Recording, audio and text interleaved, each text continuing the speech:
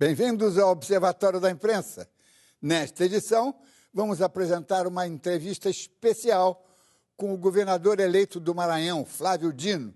Ele ganhou a dificílima disputa com mais de 60% dos votos válidos no primeiro turno. Veja agora como a mídia foi destaque nesta semana.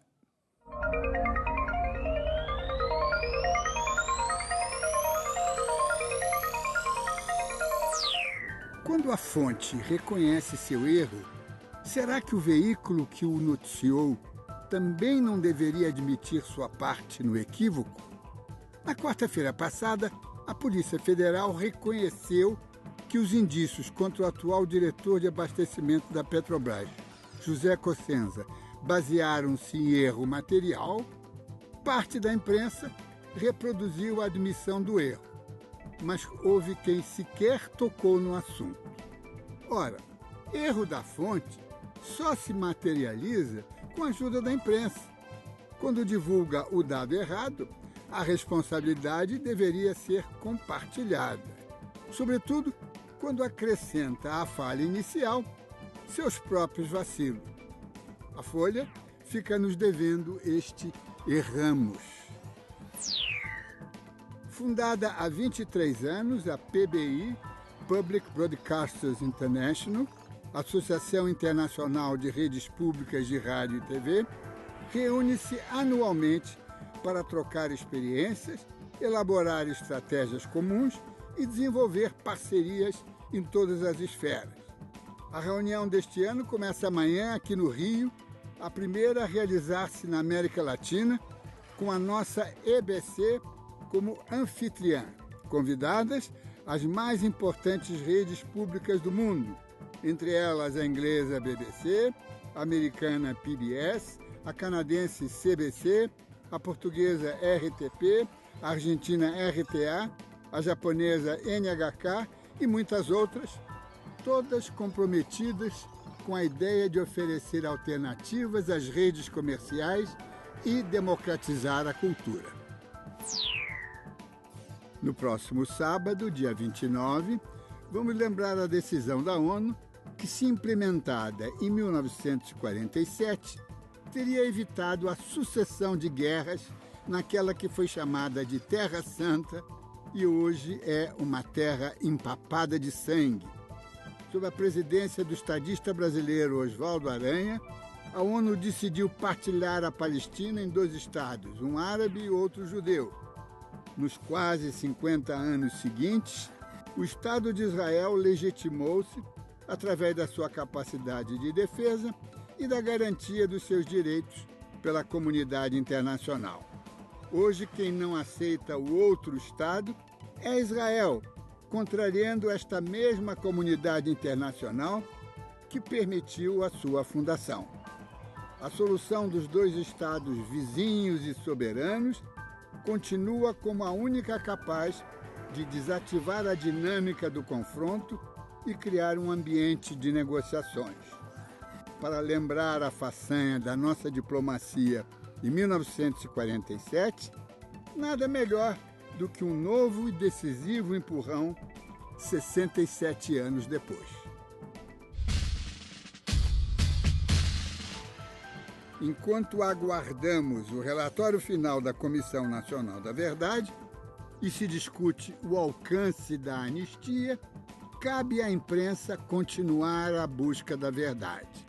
No último domingo, o Globo demonstrou que o papel do jornal é não se omitir e, graças aos repórteres Chico Otávio e Rafael Capa, revelou um relatório encontrado no sítio do Coronel Manhães, um dos piores agentes da repressão, assassinado em abril passado. O relatório desvenda pela primeira vez e de forma cabal os detalhes do funcionamento da Operação Condor, que reuniu militares do Brasil, Argentina e Uruguai. A busca da verdade não tem prazo de vencimento e é permanente. Você já pode participar do debate ao vivo com a sua pergunta através das nossas redes sociais no site do Observatório da Imprensa. Além dos vitoriosos e dos vencidos, eleições costumam produzir estrelas, campeões e também apressar aposentadorias, tanto no âmbito parlamentar como executivo. E uma das surpresas do primeiro turno que mais chamaram a atenção foi a espetacular vitória de Flávio Dino de Castro e Costa, candidato do PCdoB ao governo do Maranhão. Com a garra dos seus 46 anos e a experiência de ex-juiz federal, ex-deputado e ex-presidente da Embratur, apoiado por um pequeno partido, o Partido Comunista do Brasil, e uma incrível coligação de ex-adversários no campo social-democrata, Flávio Dino desmantelou uma das oligarquias políticas e mediáticas mais longevas do Nordeste, o clã Sarney, no poder há meio século, e que atravessou incólume a ditadura, a distensão e a redemocratização. Para entrevistar o comunista que promete uma revolução democrática burguesa, num dos estados mais pobres do país, pedi a ajuda de outro nordestino arretado, fera do jornalismo político, Anselmo Góes, do Globo, e a quem dirijo a primeira pergunta. Anselmo, você acha que Flávio Dino vai conseguir cumprir parte do que prometeu? Mas tem que conseguir, né, Dino? Não, eu acho que, primeiro, ele deve ter consciência de que a eleição foi no Maranhão, mas ela teve um acompanhamento, né, nacional. Né? Eu acho que, tirando as eleições aqui do eixo Rio-São Paulo, essa eleição do Maranhão foi a mais, vamos dizer, acompanhada, assistida. E emblemática. Emblemática, né? Porque, na verdade, estava se tratando de uma oligarquia de pelo menos 50 anos, né? Enfim, você tem uma perfeita consciência do que o Brasil espera de você, né? Nesse governo que começa agora em janeiro. E eu acho e aí vai já a minha primeira pergunta, é o seguinte. Eu faço essa pergunta porque os indicadores sociais do Maranhão são péssimos, né?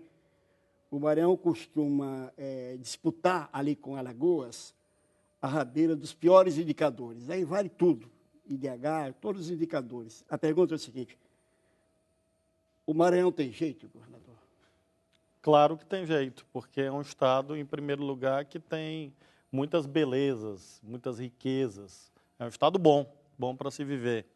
Infelizmente, essa pobreza política, representada exatamente pelo monopólio do poder durante 5 décadas, pelo mesmo grupo, fez com que essa riqueza potencial e a riqueza mesmo existente não estivesse a serviço da maioria. Houve uma grande concentração de riqueza, de poder e de conhecimento. Portanto, o nosso desafio é exatamente cumprir tarefas democráticas nesses 3 planos. Em primeiro lugar, democratizar a riqueza, desde o incremento da capacidade produtiva do povo, que hoje foi abandonado, relegado, na verdade, a um papel, no máximo, de agricultura de subsistência, por exemplo, mas sem o envolvimento de cadeias produtivas mais amplas, capazes de gerar oportunidades de trabalho, democratizar o poder, mediante participação popular, acreditar na cidadania, ativá-la, propiciar a informação e democratizar o conhecimento, garantindo que haja a institucionalização de redes formais e informais que deem conta de garantir que as pessoas possam alcançar um patamar mais alto de consciência cidadã e de conhecimento e, por isso, de oportunidade de trabalho. Então, nesse sentido é que eu falo sempre de tarefas democráticas e tarefas republicanas. Romper o patrimonialismo e garantir com isso que o Maranhão tenha jeito. Eu acredito muito no Maranhão, porque se eu não acreditasse, eu não teria me lançado com tanta determinação e feito compromissos tão intensos com a população, porque a nossa campanha foi muito intensa, muito emocionada, muito emotiva. Uma campanha de muita relação direta com o povo, de brilho no olhar autenticamente, de celebração da festa da esperança, de quem olha a floresta da política, às vezes com desencanto, e por isso mesmo precisamos inocular valores positivos. Então, nós fizemos esse pacto muito firme com 7 milhões de pessoas. Então, se eu não acreditasse que esse pacto pudesse ser cumprido, eu seria, no mínimo, irresponsável. Então, eu acredito que sim, nós vamos avançar muito. Avançar nesse terreno econômico, no terreno social, por conseguinte, na medida que você funda um novo modelo, e mostrar que é possível, mediante a reorganização da política, você melhorar a vida das pessoas, até para valorizar a política, como atividade humana hoje tão degradada por uma série de fatores. Uma das coisas marcantes, por isso que eu disse emblemáticas, não é? É que as forças que o elegeram é uma reunião insólita, maravilhosa. Eu como social-democrata histórico, vejo o PSB, o PSDB e o PDT juntos com o PCdoB, eu acho o melhor dos mundos. Nós buscamos ter a amplitude política necessária para interpretar esse momento do Maranhão. Havia já um exaurimento desse modelo político, mas como você bem vai lembrar do velho Marx dizendo que o capitalismo não cairia por si só, claro, era preciso que houvesse um agente histórico capaz de virar a página. Nós estávamos exatamente nessa encruzilhada. Havia um desgaste desse modelo, um desgaste objetivo, mas você precisava gerar o sujeito histórico capaz de vencer uma estrutura profundamente enraizada. E daí essa aliança ampla que nós fizemos, e com muita alegria e com muita transparência. Né? Sim, nós fizemos com muita transparência. Você conseguirá obter dessa coligação maravilhosa, inspiradora, você conseguirá apoios? Porque é complicado no plano. A gente tem conseguido lá, na formação do governo, eu já compus todo o primeiro escalão, todos os secretários, e nós temos secretários de 10 partidos diferentes dessa aliança, inclusive do PT, que não estava formalmente na aliança, mas a base petista esteve conosco, então participa do governo. O PSDB participa do governo, meu vice é do PSDB e o senador que nós elegemos é do PSB. Então, nós mantemos esse arranjo unido porque o desafio é muito grande. É exatamente o que eu dizia para o Anselmo. Para ter jeito, a gente tem que manter essa unidade. Unidade entre nós, entre os atores políticos, contar com a solidariedade do Brasil, por isso que é muito importante estar aqui, porque serve também de ativação de uma rede de solidariedade militante em relação ao Maranhão, porque isso envolve desde a credibilidade das instituições, fluxo de investimentos privados que a gente precisa ativar, compreensão das parcerias que nós precisamos fazer com o governo federal. Por isso é importante eu estar aqui, porque é um modo também de propiciar essa solidariedade e dos cidadãos, porque nós precisamos entender que redimir a situação social do Maranhão é uma tarefa nacional. E como o Nordeste, Celso Furtado, quando foi criar a Sudene, quando ele se reuniu com Juscelino Kubitschek no Palácio Rio Negro, ele disse, olha, o Nordeste não é um problema, é uma causa nacional. Eu interpreto esse momento, já que o Nordeste caminhou tanto para frente, felizmente, que o Maranhão consiga também avançar com a velocidade que outras unidades federadas, como uma causa nacional. Melhorar o IDH do Maranhão é melhorar o IDH do Brasil. Mas o senhor falou em IDH, né? O senhor repetiu muito na campanha essa coisa do IDH, que você vai procurar cidades que obtiveram os piores índices de IDH e vai trabalhar cidade por cidade, né? O que eu achei interessante assim, é um comunista dizendo que vai nas cidades onde tem IDH pequeno tentar melhorar aqueles índices. Enquanto isso, o senador José Sarney chegou a escrever um artigo sobre IDH e disse que o IDH é uma coisa que favorece aos imperialistas. Eu achei esquisito, porque o comunista vai fazer uma coisa que favorece aos imperialistas. Alguém não está explicando direito isso, que ele precisa explicar. São as contradições. Né? Não, neste caso é bem cristalino. Ele criou uma doutrina... O senhor conhece esse artigo, não conhece? Conheço. Fez parte, inclusive, da campanha eleitoral, porque eles criaram uma doutrina sobre isso. Havia uma formulação teórica, entre aspas, né? segundo a qual o IDH era uma invenção dos países imperialistas para prejudicar o Brasil e o Maranhão. Eu achei, e nós dizíamos, bom, mas essa invenção imperialista é praticada no mundo inteiro, é uma referência consolidada há algumas décadas e mede longevidade, educação, expectativa de vida, né? E renda, né? Então, eu não entendi muito bem a relação entre isso e o imperialismo, a não ser que nós compreendêssemos que esse quadro social também tem a ver indiretamente com alguma ação imperialista. Mas, na verdade, é um manto ideológico que procurou ser apresentado, tentando dizer que, na verdade, o Maranhão não tinha pobreza. Há um ilustre aliado do senador José Sarney que, com muita frequência, diz que as pessoas no Maranhão moram em casas de taipa por hábitos culturais, porque é mais arejado. Isso é sério, é gravíssimo isso, né? Outra teorização. Outra, de que as pessoas vivem. E interessante que esse próprio político, mandatário, senador da República que escreve isso, ele próprio não adere a esse hábito cultural, né? E vai morar numa casa de taipa. E essa é uma das grandes tragédias no Maranhão. São 450 mil moradias que precisam ser construídas no nosso estado, precárias, com submoradia e quantificada, inclusive, pelo governo federal. O Diniz, aí lembra esse negócio de que a felicidade da pessoa que mora numa casa dessa, lembra aquela música que mora no morro, vive já perto do céu, né? A vida fosse boa. Por aí. Né? Mas, governador, se a gente entrevistasse aqui o seu adversário, ele certamente falaria coisas, eu diria, parecidas. Falaria que iria investir em educação, em saúde, ia por aí. Eu queria que o senhor explicasse para a gente, assim, no dia a dia, vamos dizer, segunda-feira, o senhor chega no governo, o que é que o senhor pode fazer, governando o Maranhão, diferente do que o seu antecessor fez? Que gesto, que portaria, que decreto o senhor pode tomar com os recursos que o senhor dispõe para indicar o sentido da sua administração para um lado diferente do dele? A primeira questão, Anselmo, é romper o patrimonialismo, a confusão do público com o privado, que fez com que essa riqueza existente, o orçamento público, inclusive, estivesse a serviço de pequenos grupos familiares que concentraram não só o poder político, quanto o poder econômico. Então, a primeira grande mudança, mudança substantiva, é a proclamação da República. É nós dizermos que os recursos públicos vão ser aplicados na prestação de serviços públicos, na execução de obras públicas, e que eu, nem minha família, vamos ser concorrentes das empresas existentes no mercado. Essa primeira atitude de demarcar muito claramente o terreno da probidade, da moralidade, é o primeiro passo. Claro. Porque aí nós vamos alavancar recursos públicos, obviamente, e nós vamos também despertar outros atores que hoje se sentem desanimados e desestimulados a investir no Maranhão, empresários maranhenses e de outros estados. E a segunda coisa é a atitude mesmo do governante de não fugir dos problemas, de não se esconder dos problemas e dialogar com a sociedade. Eu sou um filho direto da luta social.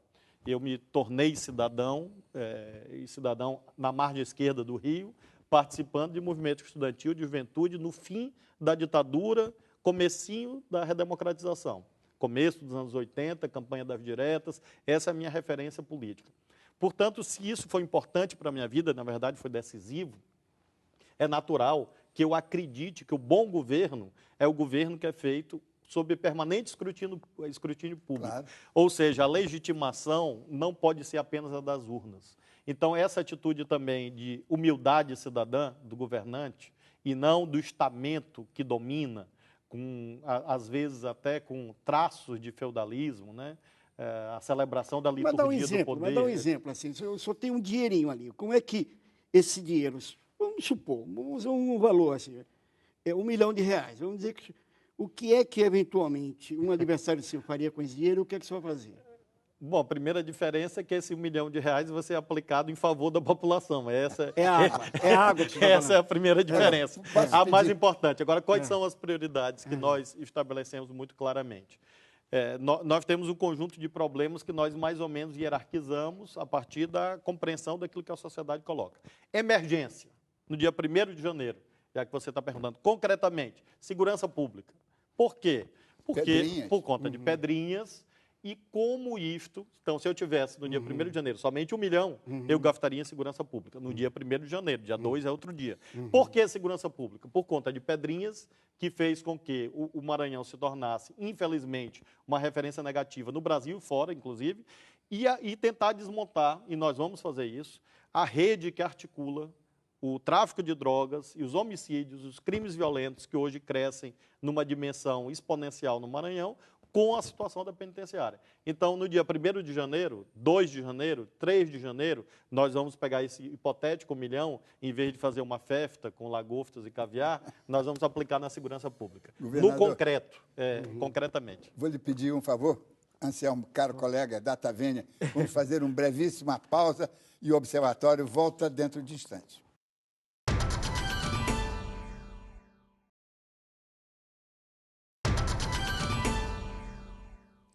Estamos de volta com o Observatório da Imprensa, que hoje entrevista o primeiro governador do PCdoB, o maranhense Flávio Dino.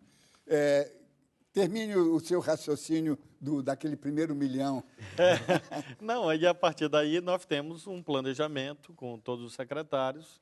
Nós vamos investir muito no terreno social, né? Porque evidentemente. Nós temos esse desafio da educação, nós temos algumas referências boas, positivas, por exemplo, o Estado do Ceará faz um trabalho muito bom, mesmo na segurança Pernambuco, sob a liderança do saudoso governador Eduardo, fez um trabalho muito bom chamado Pacto pela Vida. Então, nós já temos os embriões das políticas que nós vamos alterar para garantir que, com os recursos disponíveis, a gente possa efetivamente melhorar progressivamente os indicadores sociais. Nós vamos entregar em 2018 um Maranhão com indicadores sociais bem melhores. Isso eu tenho absoluta certeza. Há uma meta específica, não? Nós não quantificamos a meta. A meta genérica é tirar o Maranhão dos últimos lugares. E isso nós vamos fazer. Porque o Maranhão tem condições. O Maranhão tem porto, ferrovia, rodovia, solo, água, gás, enfim, recursos humanos, claro, o segundo maior litoral do Brasil. Então, o Maranhão tem potencialidades objetivas, não é um devaneio de quem acabou de ganhar uma eleição. Uma utopia, isso né?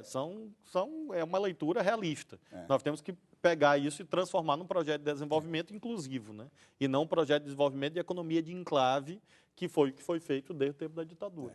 Né? O Celso Furtado, que eu sempre aludo, porque sou um fã incondicional do Celso Furtado, uma grande figura. Ele sempre incluiu o Maranhão, quando ele projetou a visão do Novo Nordeste, e o Maranhão era o Eldorado, era a saída, inclusive, para o semiárido nordestino.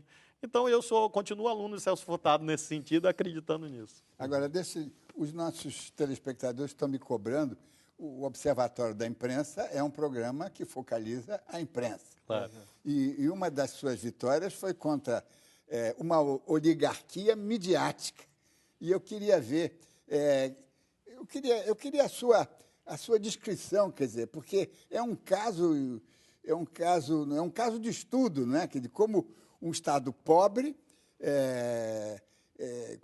sem recursos, ia dominar, a mídia é inteiramente dominada por um clã, não é? Ou por um conjunto de clãs associados. Antes de você responder, eu acho que o telespectador coloca o dedo na ferida. Quer dizer, que eu acho que não é só o Maranhão, né? É o Nordeste. Sim. É uma característica muito nordestina, né? Que você não vê no sul do país, sim.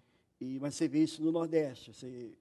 O maior empresário de comunicação da Bahia é uma família política, o maior empresário de comunicação de Sergipe é uma família política, o maior empresário de comunicação de Alagoas é uma família política, o maior empresário de comunicação do Rio Grande do Norte também é uma família, e do Maranhão. Quer dizer, você tem E, evidentemente, que o sertão vira mar num dia que um jornal de uma determinada família política aceitar ouvir o outro lado, claro. Enfim, essa coisa. Isso é uma questão muito nordestina, e que tem essa dramaticidade que o Diniz colocou no Maranhão. Por favor. A democratização da mídia é uma causa nacional, né? Não há dúvida, e tem as suas especificidades. Neste caso, concretamente, de fato, você tem razão, por uma série de razões, da forma como o poder se delineou no Estado. E há uma contingência que foi exatamente o período da Constituinte, em que o senador Sarney era o presidente da República e defendia o presidencialismo e o mandato de 5 anos. Muitas dessas concessões a que você acabou de aludir tiveram origem exatamente nesse período.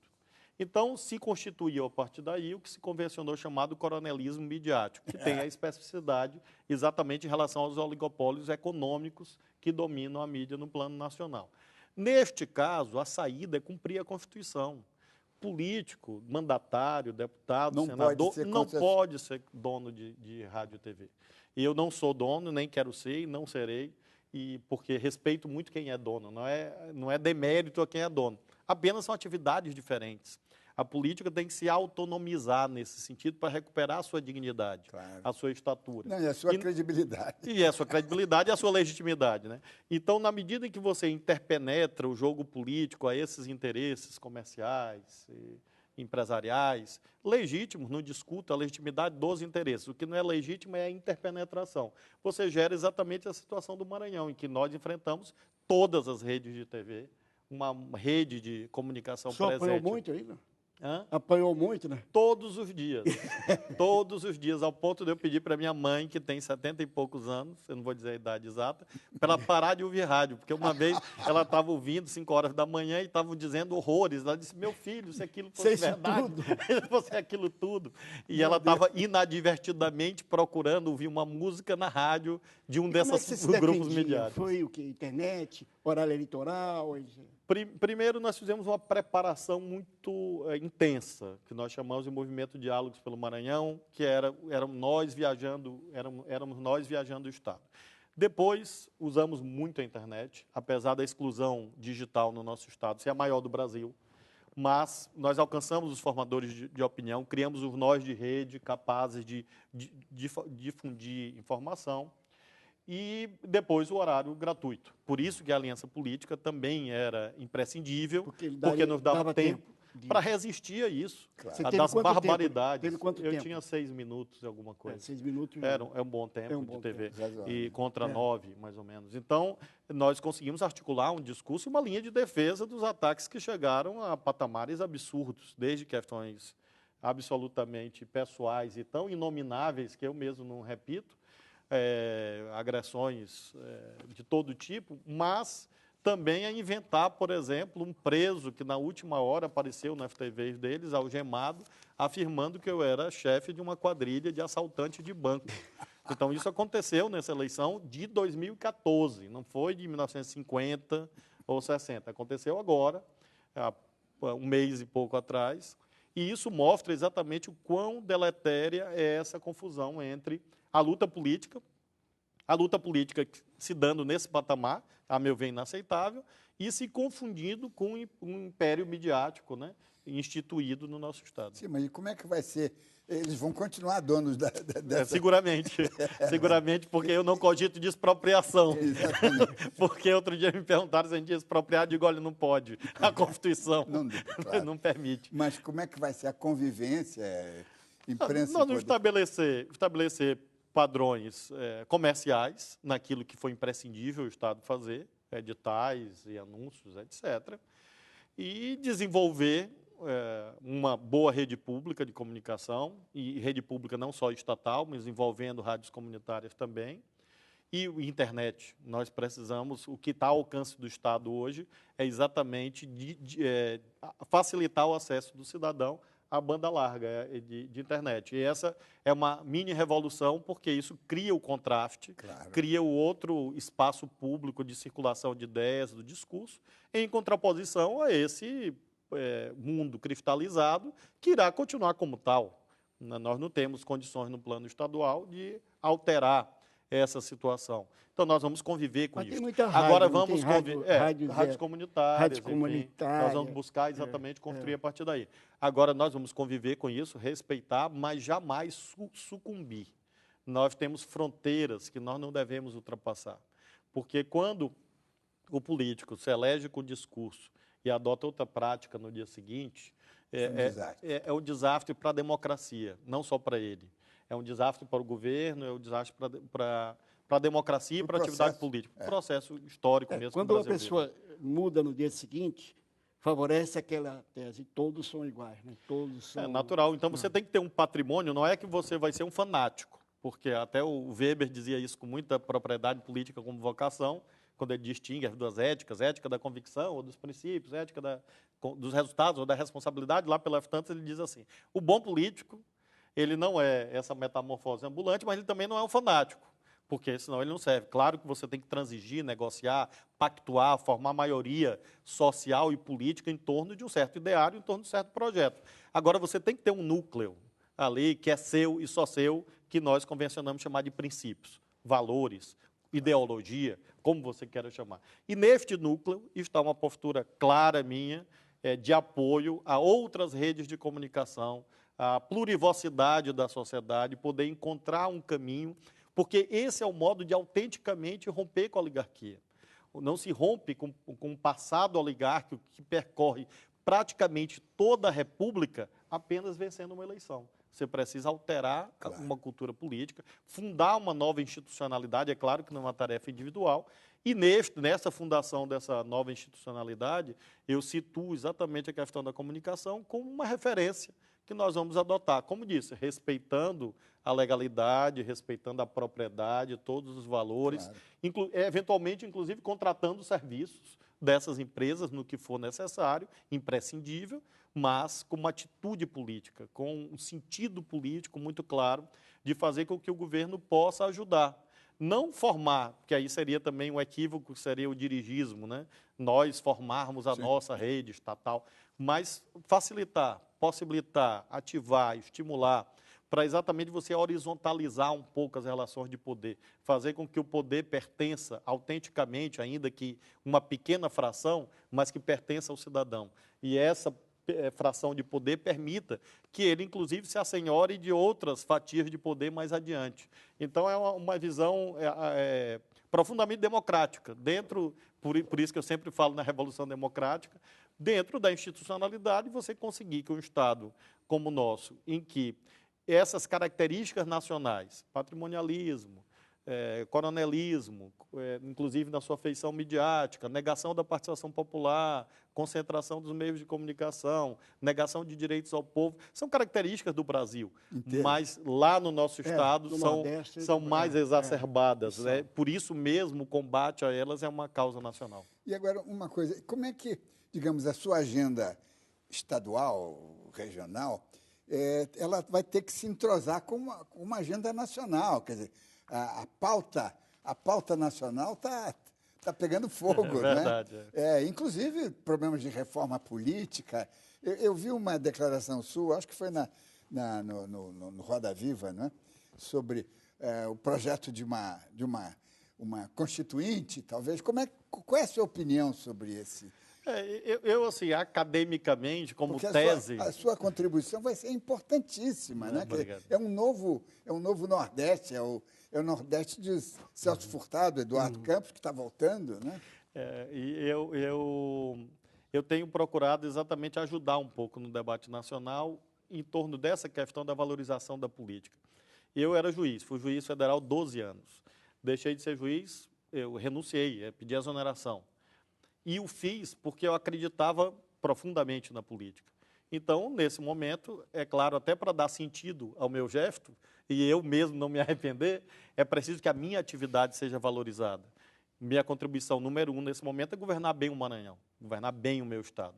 Agora, quando posso, tenho opinado sobre essas questões institucionais, quanto à imprescindibilidade da chamada reforma política, até porque o sistema atual só sobrou.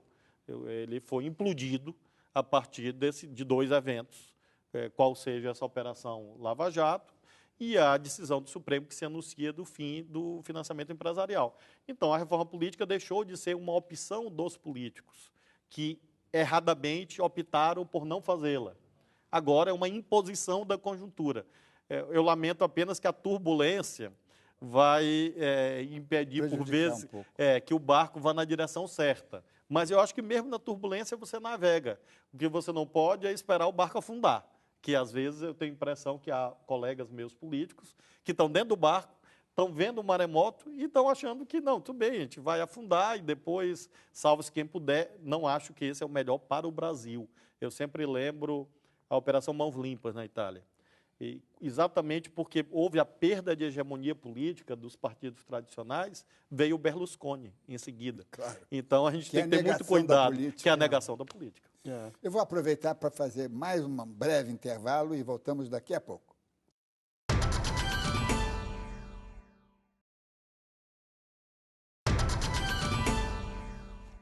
O Observatório da Imprensa está de volta com uma entrevista muito especial sobre a política no Maranhão, estado do governador eleito Flávio Dino. Governador, me diga uma coisa, ouvindo... Eu vou chamá-lo de você, sabe? Claro, eu lhe agradeço. O Anselmo impôs aí um protocolo que eu vou quebrar. Mas, ouvindo, eu fico pensando assim, como é bom ouvir uma pessoa inteligente, né? Agora, eu quero saber qual é o seu paradigma, quem é o seu herói, quem é a sua figura, Celso Furtado, quem foi o seu... Eu sou um filho, em primeiro lugar, da teologia da libertação. Eu rendo assim, muita homenagem à Igreja Católica, que é a minha igreja, até hoje, porque eu estudei numa escola católica e sofri uma influência direta do Concílio Vaticano II, Puebla e Medellín. E nenhum conflito com o socialismo? Não, é daí que veio. A opção preferencial pelos pobres se transformou numa militância política e logo numa proximidade com correntes políticas de esquerda. Mas eu sempre compatibilizei muito isso, né? Pois eu sempre compreendi muito a atualidade da mensagem cristã nesse sentido contra-hegemônico, no sentido exatamente da teologia da libertação. Sim, claro. Então, essa é a minha principal referência. Helder, por aí, né? E claro, depois eu sou marxista, eu sou um socialista, eu acredito na superação do capitalismo. Até porque eu acredito no ser humano. É uma radicalização do humanismo. Mas porque a humanidade é tão boa e bela, apesar dos problemas que ela tem, que ela não pode finalizar no capitalismo, que é um regime de negação da vida, né? Então, eu acredito que o ser humano vai conseguir encontrar uma outra arquitetura institucional para a organização da produção e distribuição dos bens, que se convencionou chamar de socialismo, que não é. O pessoal pergunta, é comunista? Sim, sou comunista do século XXI, eu não sou comunista do século XIX. Então, eu acredito em outras coisas que no século XIX não se debatia. Essa é a minha pergunta, essa coisa, porque realmente, o senhor vai me perdoar, mas que é meio esquisito, entendeu? Porque por causa do nome do partido, entendeu? Quer dizer, eu sei a experiência do PCdoB, por exemplo, até administrativamente, em Aracaju e em Olinda, né? Sim. Foram boas administrações e é ótimo, né? Foi boa administração. Mas esse nome, assim, Partido Comunista do Brasil, é Partido Comunista do Brasil. O nome não é esquisito, assim, para uma pessoa que é católico e, ao mesmo tempo, tem um partido que um dos seus grandes pensadores dizia que a religião é ópio do povo. Não é meio esquisito isso, não? Um dia não vai mudar esse nome, não? Acho que não. Eu acho que não e eu espero que não. Mais do que achar, eu espero que não. É mesmo, é? O Marx disse que a religião era ópio do povo naquele momento, naquela conjuntura, naquele contexto. Se hoje ele visse o sermão do Papa Francisco, ele não ia dizer que era o ópio do povo, porque aliás, o Papa ele ia dizer, olha... O Papa Francisco é o grande personagem desse não há dúvida. Dessa época em que vive, né? Ele deu vitalidade à igreja e tudo, e, ao mesmo tempo, ele valoriza muito a simbologia da desacralização do poder, né? E da tolerância. Da tolerância, da convivência. Então não é esquisito, por isso. E porque há um sentido etimológico também. A palavra ficou pesada por conta da longa noite da ditadura, em que meu pai foi caçado por ser comunista. Ou por dizerem que ele é. Eu nunca perguntei ao certo se ele era ou não, mas ele foi da primeira leva, de abril de 64, da Abrilina, como ele diz. Né? Então, da Abrilina, ele já foi lá caçado, e o telegrama do Quarto Exército lá dizia, caçar, ele era deputado estadual, caçar por ser comunista. Então, a palavra adquiriu um peso muito grande. Mas é uma palavra que deve soar tão bem como comunhão soa, como comunidade soa. Como utopia, né, no sentido... Sim, como uma referência simbólica e como um parâmetro, né, que você busca a partilha mais justa da riqueza. Né? Quer dizer que o nome continua. Aliás, o Papa Francisco disse isso muito recentemente, ele disse com muita firmeza, ele disse, olha, o capitalismo é o sistema do Deus dinheiro. Há uma passagem da Bíblia fantástica, que eu acho que é quando o povo hebreu está saindo do Egito, e aí tem a passagem do maná. Né? O maná cai do céu, e aí o povo vai com os cestos e recolhe. E aí a Bíblia diz que, ao fim do dia, uns tinham recolhido mais do que os outros. Mas Deus, na visão, obviamente, bíblica, comunista, né? se encarregava de que aquele que tinha colhido menos maná tivesse o suficiente para viver. E aquele que tinha colhido em excesso, perdesse esse excesso. Então, isso é tão antigo, mas Jesus Cristo bebeu nesta fonte. Né? Mas, governador, mas o seu adversário foi buscar lá nas trevas, né? Andou fazendo umas propagandas que dizia que o senhor ia plantar o comunismo no Maranhão, botou a foice e o martelo. Coisa até não se usa mais nem foice, martelo se usa, mas pelo menos foice não é um instrumento agrícola. Ele usou isso, né? O fato de ser do Partido Comunista. Houve, infelizmente, uma campanha com uma clara marca fascista no Maranhão. E o que me causou até uma surpresa, porque o líder desse grupo, o senador José Sarney, busca cultivar uma imagem de um democrata, de um estadista da democracia. Então, ao contrário disso, ele próprio e o seu grupo político procurou fazer uma campanha mesmo de abominação de uma corrente ideológica legítima. Você não é obrigado a concordar. Você pode discordar, obviamente, mas você não pode negar a legitimidade de um partido que tem 92 anos e de uma corrente política que é responsável pelo melhor artefato institucional que o século XX vivenciou, que foi o welfare state. Se não fosse o movimento operário, o movimento sindical, sob a liderança dos comunistas, o papel que os comunistas tiveram na Segunda Guerra, o estado do bem-estar social, que foi hegemônico durante 40 ou 50 anos, na Europa, sobretudo, se desmontou, infelizmente, por uma série de razões, mas não teria ocorrido. Então, nós demos grandes contribuições, a nossa corrente política, grandes contribuições na vida democrática, inclusive, né? O chamado eurocomunismo, há várias... eu ia lembrar. Você não pode, na verdade, um erro, inclusive nosso no Brasil, mas eu chamo de erro, mas na verdade, a interpretação daquele momento. Quem sou eu para julgar a história, né? Eu apenas, olhando de hoje, com os olhos de 2014, que era a busca, o erro, entre aspas, seria a busca de modelos. E você não pode construir um processo civilizacional a partir de modelos. A discutir se é o modelo albanês, chinês, do leste europeu. E a esquerda toda fez isso, não só o meu partido, a esquerda toda buscava isso. E isso acaba gerando uma dissonância com a realidade, né? O Brasil, obviamente, não pode vivenciar um processo de mudança que resulte em uma sociedade como a chinesa, por uma razão simples e objetiva. Nós não somos a China. Então, nós não podemos ter o socialismo chinês no Brasil, né? Que maravilha, que maravilha. Agora, me diga uma coisa, também na sua entrevista, numa das suas entrevistas anteriores, menciona-se essa reforma política que poderia ocorrer no fim desse mandato, quer dizer, em 18, com uma convocação de uma constituinte, porque isso é uma coisa, essa reforma tem que andar, ela não pode ficar... Eu acho, Diniz, que a constituinte seria o melhor caminho. Um caminho que ia, em primeiro lugar, ativar a cidadania em torno do debate dessa questão. Deixar de ser um debate de técnicos e de iniciados, né, de supostos sábios. Aliás, eu fui relator de uma lei eleitoral em 2009 no Congresso e eu lembro de um parlamentar muito experiente que me disse: Flávio, essa é a lei mais difícil de relatar na Câmara. Eu disse: por quê? Ele disse: porque os 513 aqui entendem de eleição. Então, essa é a lei mais difícil. Então, tirando os políticos, nós precisamos fazer com que aqueles que hoje apenas têm uma intuição que é necessário mudar alguma coisa, de fato participem do debate, né, para além dos políticos. Por isso que eu acredito, como tese, e acho, inclusive, que é positiva agitá-la, apresentá-la ao debate público, que a Constituinte é o melhor caminho e há uma objeção juridicista em relação a isso, que eu acho paradoxal, porque, afinal, o jurista sou eu, mas muita gente diz, mas é inconstitucional. Eu disse, olha, se fosse inconstitucional a convocação de um Congresso Constituinte, a atual Constituição seria inconstitucional, porque claro, o debate, vocês lembram bem, que foi exatamente uma emenda à Constituição de 67 que viabilizou o Congresso Constituinte, que fez a Constituição de 88. E aí sempre surge a questão, mas por que agora?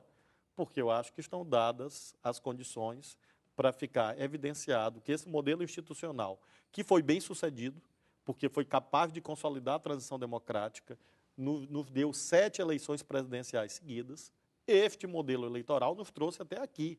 e trouxe bem. Bem, claro, Né? com uma democracia. Com... 7 eleições Sem traumas. é o maior período democrático da história brasileira. Não, e né? com uma primeira... Governador, mas de alguma... Então, nós precisamos aproveitar a crise e acho que a Constituinte seria o melhor caminho. Mas o governador, o senhor acha que, mesmo o senhor louvando, né,